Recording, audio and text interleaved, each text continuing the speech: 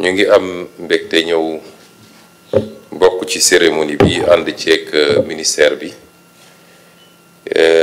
muy rek continuité ci li ñu defoon ci mois d'août muy conseil interministériel bu am solo boobu ñu jagle woon ko lépp li nga xam ne day jëm ci yàqanal rawatina yàqanal li nga xam ne mooy énergie te ci biir énergie ñu ràññee ci li nga xam ne mooy courant bi lu am solo la ci ñaari fànn bi ci njëkk mooy bu dee jotaay bi ñu am tey dañ ko jagleel dañuy jëfandikoo ci énergie courant ci biir administration sànq dama laaj ministre bi ne ko 71 milliards yi ñuy wax est-ce que administration centrale dong la wala dañuy jël mboolem administration yi muy administration décentralisée également waaye madame la directrice générale bi muy def présentation tontu na ci laaj bi kon dañ ko jagleel rek di jëm ci administration muy fànn bi njëkk bu am solo ndax boo buggee jiite nit ñi woo leen ci dara ñu wuyu si la il faut nga njëkk a joxe exemple bi mënuñu bëgg Sénégalais yi góorgóorlu ci yaxanal lépp luy consommation de manière générale ba pare ñu gis ñoom ni administration bi nga xam ne ñoom la fi teewal te ñoom ñoo koy financer ndax ñoo koy jox budget bi muy fonctionner administration boobu bañalul boppam dara moo tax le programme de rationalisation des dépenses de l'administration dafa nekk au cœur de notre action yàq bi ci administration bëri na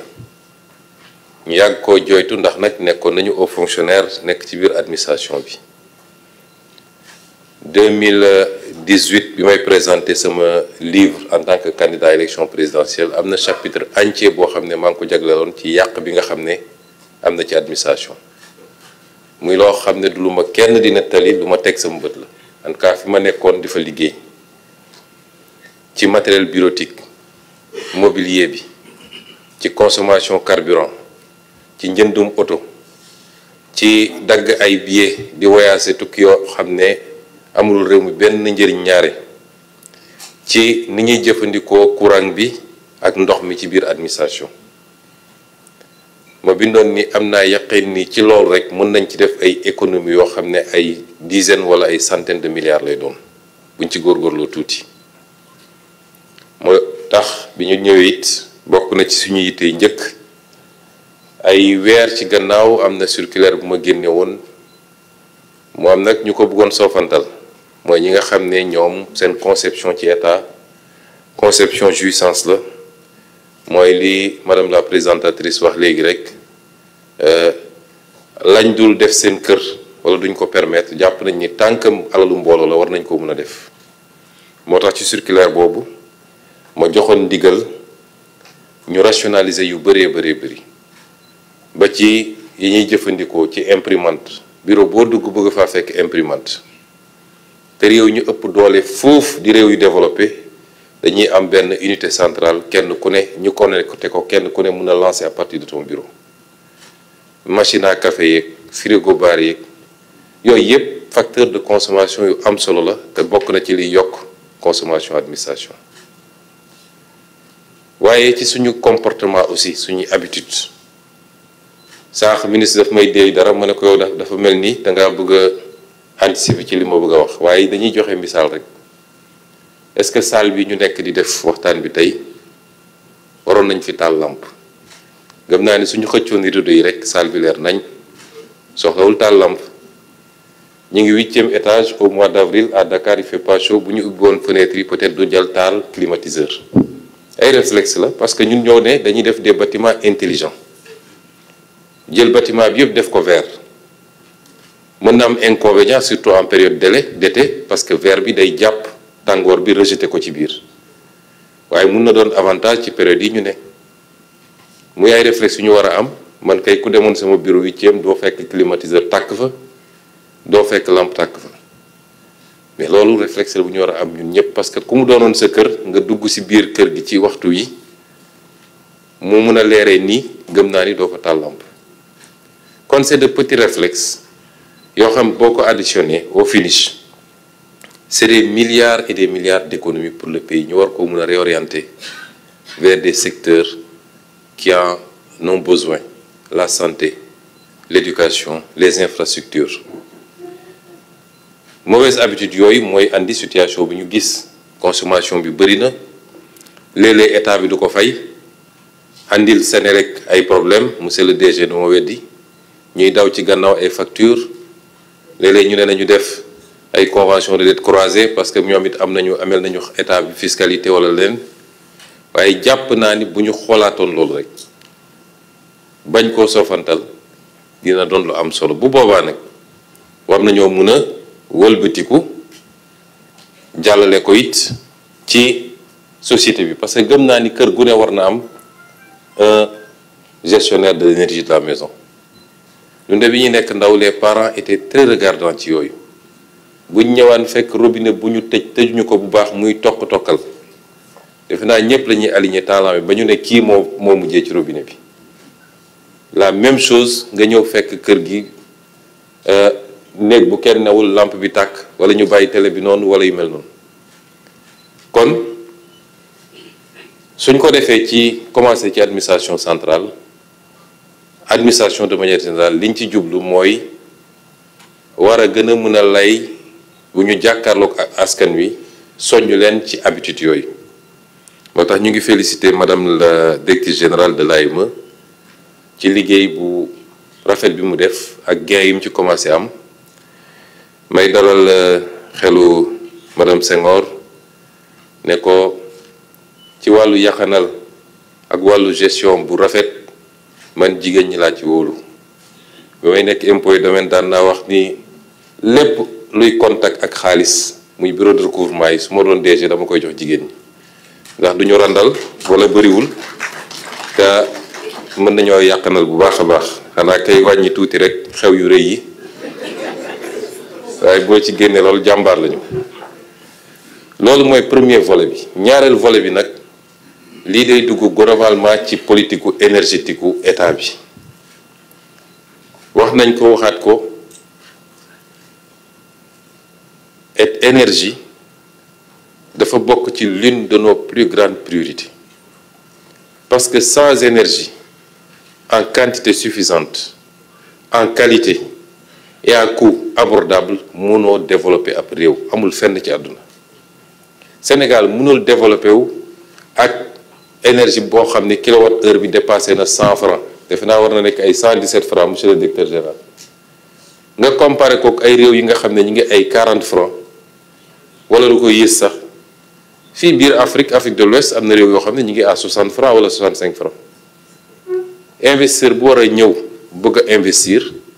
ba defe naa dina jafe mu tànn Sénégal au détriment de ces pays. surtout nag bu fekkee yeneen facteurs yi ñuy soxla yépp ëppalewuñu leen ko. ëppalewuñu leen ressources naturelles, ëppalewuñu leen matières premières, ëppalewuñu leen ressources humaines, ndax ñun ñëpp ñoo bokk configuration démographique avec des populations majoritairement jeunes qui ne demandent qu'à être formées et à travailler. Donc énergie day doon un facteur discriminant dans cette compétition. tey soo seetee li xew ci àdduna boo gisee réewu Amérique ak seen njiit yu bees di essayer imposer yeneen partenaires yi yenn affaires yi, surtout ñi jëm ci Europe, bokk na ci li ñu leen gën a ëppale mooy énergie. ndax ñoom am nañ seen pétrole, seen gaz de schiste, war a mën a jaay pétrole à des coûts très faibles. Je crois que nu mu tuuti y a 1,5 wala 2,5 de différence ci coût énergie bi. Et comme je dis tout le temps, là où se trouve l'énergie se trouve l'industrie, se trouve la production. Les pays d'Asie du Sud-Est l'ont réglé depuis longtemps, moo tax ñu mënoon am les délocalisations massives. kon ñun ñëpp il faut ñu dëppoo xam ni problème mu énergie du problème mu Sénélec, problème mu sénégalais yëpp la. il faut qu'on réussisse ce pari. réussir bi nag plan sur le moyen et le long terme la. énergie ça coûte cher benn centrale bu 200 mégawatts nu mu tuuti na la coûter monsieur le DG je crois 200 milliards mënoo ko fa am moins que ça donc ça coûte très cher, c'est des investissements lourds qu'il nous faut planifier par rapport à la situation bi ñu fekk ci réew mi par rapport à la capacité réew mi dans un partenariat public-privé peut-être qu'il faut revoir et rénover parce que li ma wax rek énergie c'est un secteur de sécurité nationale mënoo ko bàyyi ak ay nit ñu koy pamti di xuloo di xeex di tëjante kaso di génn alors que ci jamono jooju les ministères de l'énergie programmé woon pour ñu mun a faire face à nos besoins bañ a nekk dans des situations de délestage fii ak ay weer yu néew il fallait que yenn centrales yi mun a commencer marcher tey yéen a ngi gis bateau bee nekk fële solution bu baaxul ci Sénégal fii lañ ko fekk ñu ñuy jaay énergie bi à plus de 110 ou 115 francs le kilowatt-heure lii du solution kon c'est une planification dans le temps tey boo amoon moyens yi sax mënoo tabax une centrale sérieuse à moins de 2 ans ou 3 ans soo commencé woon léegi teg première pierre bi ci diggante boobu lii ñu wax ni dafa am solo planification nee nañu à l'horizon 2050 suñu objectif c'est d'atteindre 10 000 mégawatts-heure 10 000 mégawatts tey ñu ngi à moins de 2000 mégawatts la ñuy produire au Sénégal compte tenu de certaines solutions yoo xam ne ñëpp xam nañ ni de solution kon loolu ñu war a def étaler ko dans le temps il faut que ñun ñëpp ñu accompagner ko mooy ñu méngale suñu consommation adapter suñu consommation ci planification stratégique boobu di dem ndànk-ndànk énergie il y a les énergies non renouvelable tey Sénégal yàlla wërsëgal ñu tuuti pétrole ak tuuti gaz wax naa ko waxat ko il faut que le peuple accompagne ce mouvement il n'est pas question que la malédiction des ressources naturelles bi ñu yàgg wax Afrique pour man la malédiction des ressources naturelles c'est pas guerre yi muy andi de loolu lu garaaw la d'accord mais li gën a garaaw ci malédiction bi mooy nga toog ci ressources naturelles te bénéficier wu la ñu koy exploiter di ko génne te yow bénéficier wu la loolu mooy malédiction ressources naturelles moo tax suñu option indépendamment lañ fi fekk ci ay contrat yoo xam ne signé nañ ko ba pare te mu engagé état ak état bu munti doon ñoo ngi ci jéego yi ak liggéey yi pour réapproprier wu suñu ressources yooyu ba la ca ëpp des biir réew mi bu ko defee ci ressources renouvelables yi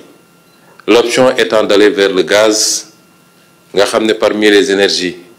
fossiles je crois que c'est l'une des moins polluantes en tout cas ñu fexe ba ak gazoduc bi fexe ba andi gaz bi fii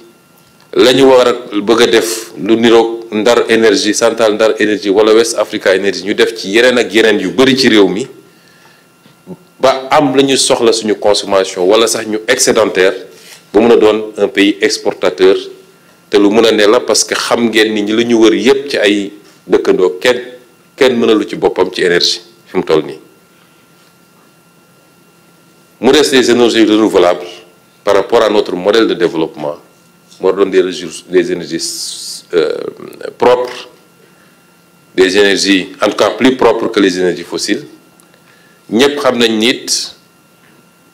du lu yomb développer parce que soo seetee ci benn critère rek mooy li mu laaj ci superficie su ma juumul pour faire un mégawatt je crois qu'il faut 1 hectare kon tey soo bëggoon def centrale 500 mégawatts il te faut 500 hectares donte léegi am nay technologies yu bees yoo xam ne mun na permettre ñu suspendre ko yu demee noonu waaye ba léegi dina limiter activité yi kon c'est des énergies sur lesquelles nous avons fait nos options am na yu bëri yoo xam ñu ngi ciy liggéey offre yi bëri na ministre bi mu ngi ciy liggéey ànd ceeg DG Senelec ak tous les techniciens waaye gëm naa ni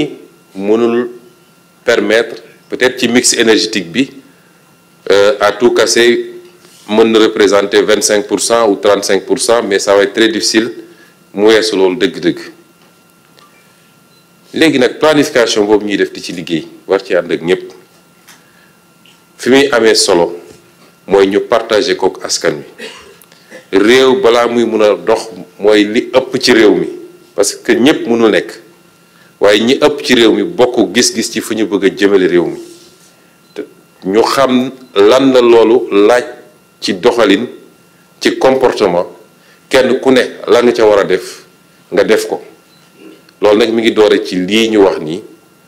ñuy soññ suñu bopp di soññ gouvernement bi di soññ mboolem seen administration waaye du ñu yem ci soññ dinañ ci veiller particulièrement waaye lu weesu loolu ñuy soññ askan wi yépp nag ñun ñëpp ñu ànd góorgóorlu te xam ni sakkanal dafa bokk ci suñu aada dafa bokk ci suñu diine boo jëlee diine islam dañ la daan noo barile walladina ida anfaqu lam yusrifu wa lam yaqturu wa kaana bayna dhalika qawama ñi nga xam ne bu ñuy dépenser duñu xaabaabal waaye duñu nay trop dañuy nekk ci digg doomu bi ñu jàngal ñu ni boo amee lu bari xaaj ko ñett lii nga dundee ko lii nga def ci luy jëriñ nit ñi la ca des nga denc parce que ëllëg mat naa sóoraale épargne ku la ne bokk gëpp dëppool ak diine non nañu lekk yépp yàlla baax na ëllëg yàlla waxul kenn loolu boo jëlee diine chrétienne même chose bi la wax moo tax boo seetee suñu mbokk chrétien yi liggéey njëkk a gis mooy sobriété humilité doo gis yenn extravagance yi ci ni ñuy consommer suñuy mag balaa ñuy wax diine ci suñuy aada noonu lañ doon doxee ci ñuy société consommation ñu am ci ànd seeg sobriété kon soo dëppalee li ñu bokk yépp ñun ci culture ak ci diine nga boole ko les réalités socio-économiques et surtout économiques et les enjeux géostratégiques du monde ce que ça nous demande ce que ça nous impose rawatina ñun ñi nga xam ne réew yu ndóol lañ mooy ñuy góorgóorlu sur nos habitudes de consommation vivre en fonction de nos moyens et pas au-dessus te loolu bu ñu ko defoon defe naa tey du ñu toog naan am nañu dette cachée de 7000 milliards ci réew mi wala lu ko ëpp kon ñu ngi leen di gërëm di leen sant asalaamaaleykum